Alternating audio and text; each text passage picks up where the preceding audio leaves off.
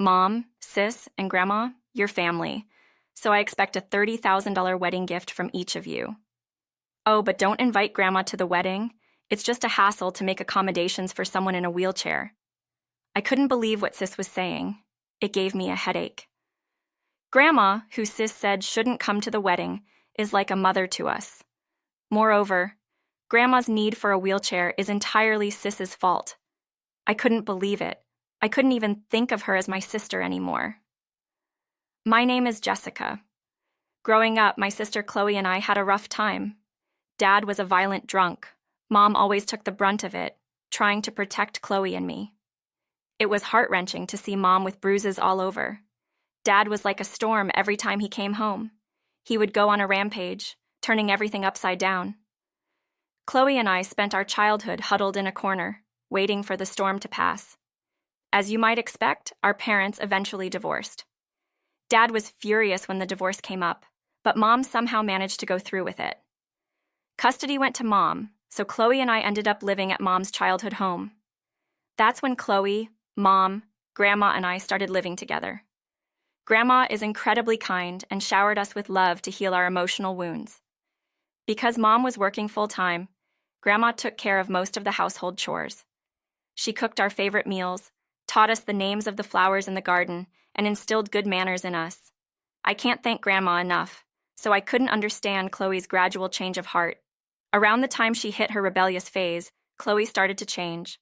She often hung out with a bad crowd and stopped studying altogether. Even at home, she'd grumble, "Move it," when she passed us in the hallway or on the stairs. Chloe's bad attitude was a constant concern for me, Mom, and Grandma. But things came to a head when Chloe was in college. By then, Chloe regularly came home in the early morning hours. She often came home drunk, reminding me of the worst of Dad. On the day the incident happened, Chloe came home drunk from a club party. I was already disgusted by her wandering around the house so carelessly when the incident happened. "Hey, Grandma, you're in the way, move," as Grandma was slowly descending the stairs due to her bad back. Chloe knew this, yet she pushed Grandma from behind just because she was in her way. Losing her balance from the sudden shove while holding onto the handrail, Grandma fell down the stairs. An ambulance had to be called. Mom and I really let Chloe have it. Pushing an elderly person is just unimaginable. Even with the arrival of the ambulance, Chloe sobered up a bit, but kept justifying herself, saying, "I barely touched her. Who would think she'd fall from just that?" Grandma ended up fracturing her leg and worsening her already bad back, resulting in a hospital stay. I visited Grandma daily, constantly encouraging her as she diligently worked through her rehab. Yet Chloe never once came to visit. Chloe committed a crime. How could she do this to Grandma, who has always taken care of us? I'd say in rage, to which Grandma would always reply, "It's okay, it's fine." Though Grandma smiled, it was clear from her downturned eyebrows that she was saddened by Chloe's actions. Grandma worked hard in rehab, but ultimately had to adjust to life in a wheelchair. None of us had ever thought this would happen, and our house was not equipped for it. We made some adjustments like installing ramps, but Grandma was deeply saddened by her new limitations. While I was in college, I had the time to help Grandma, but that became difficult after I started working. We told Chloe, who was still a student, "You're the reason Grandma is in a wheelchair now, so please help her when you're home." But our words fell on deaf ears. While scrolling through her phone, Chloe would respond with a careless, yeah, and continued her partying and drinking, never assisting Grandma when she needed it. Our patience was wearing thin with Chloe, but the tipping point came when she announced she was getting married. "I'm pregnant, and I'm marrying a very wealthy man. Sorry, sis, for getting married before you, especially since I'm the beautiful one and I'm marrying up."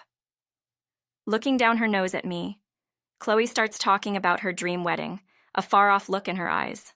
Apparently, she's planning to have the ceremony sooner rather than later to avoid being visibly pregnant, with her wealthy husband providing ample funds.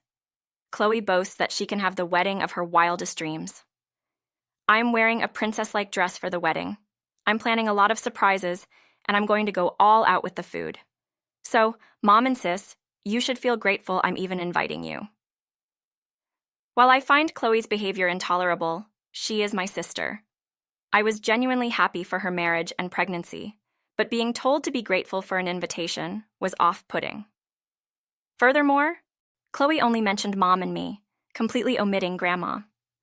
Unaware of my growing suspicion, Chloe unknowingly answers my unspoken questions. Mom, Sis, and Grandma are family, so I'm expecting wedding gifts to be around $30,000. Oh, but don't invite Grandma to the ceremony.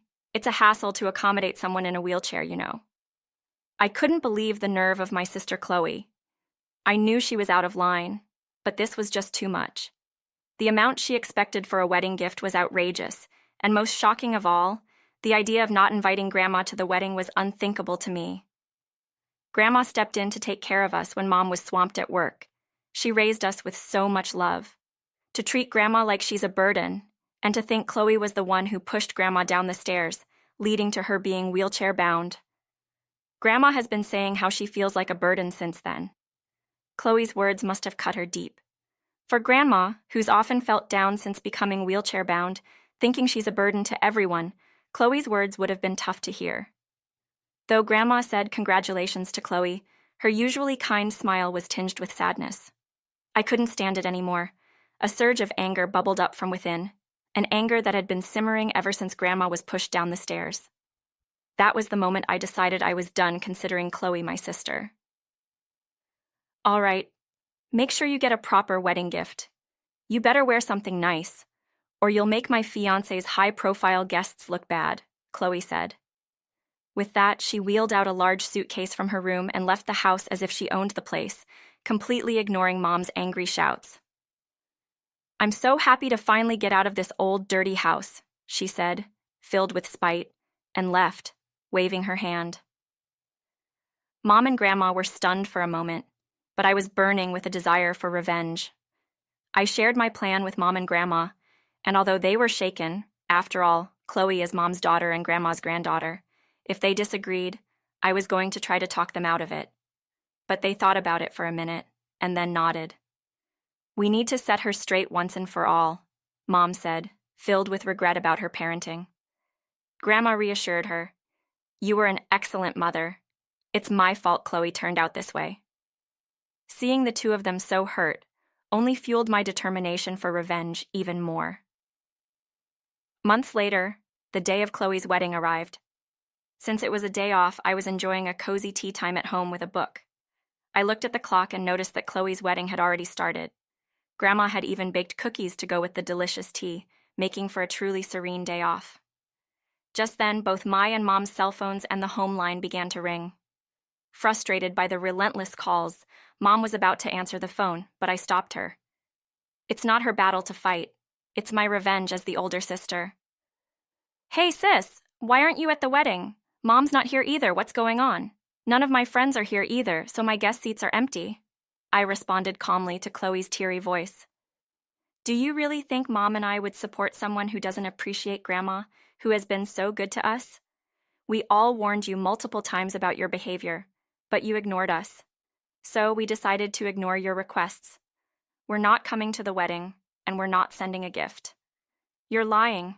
You told my friends not to come, didn't you? I don't know your friends. If they're not there, doesn't that just show you're not as loved as you thought? Unbelievable. They all RSVP'd, yes. Chloe's voice was filled with sorrow, but I had more to say. By the way, we sold Grandma's house and moved. We're not telling you where. What? Why wasn't I informed? We don't want you to come. You've made Grandma's life miserable. Why are you being so cruel? We're sisters. The one who forced Grandma into a wheelchair is you, Chloe. Our new home is entirely accessible, and we even designed the kitchen to be easy for Grandma to use. She baked cookies today, and we're enjoying them now in our new home. That's heartless. Just come to the wedding now. My fiancé is furious.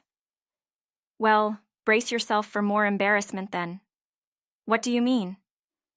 I invited Dad. He'll probably get quite drunk and make it a memorable reception.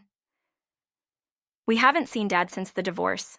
We had occasionally received letters from him, but that was it. After getting Dad's contact information from Mom and asking him to come for Chloe's wedding, he was thrilled.